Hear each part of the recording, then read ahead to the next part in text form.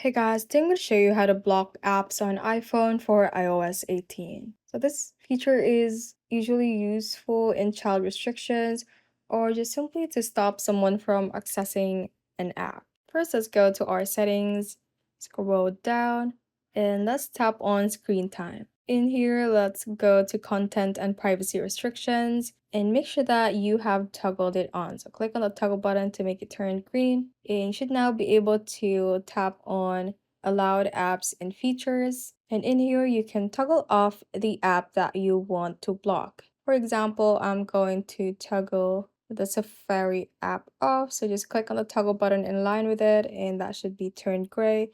And when we go to our home screen, the Safari app should now disappear and it will not be accessible on your phone right on the home screen. Thanks for watching. If you found this useful, hit that like button and subscribe for more videos like this.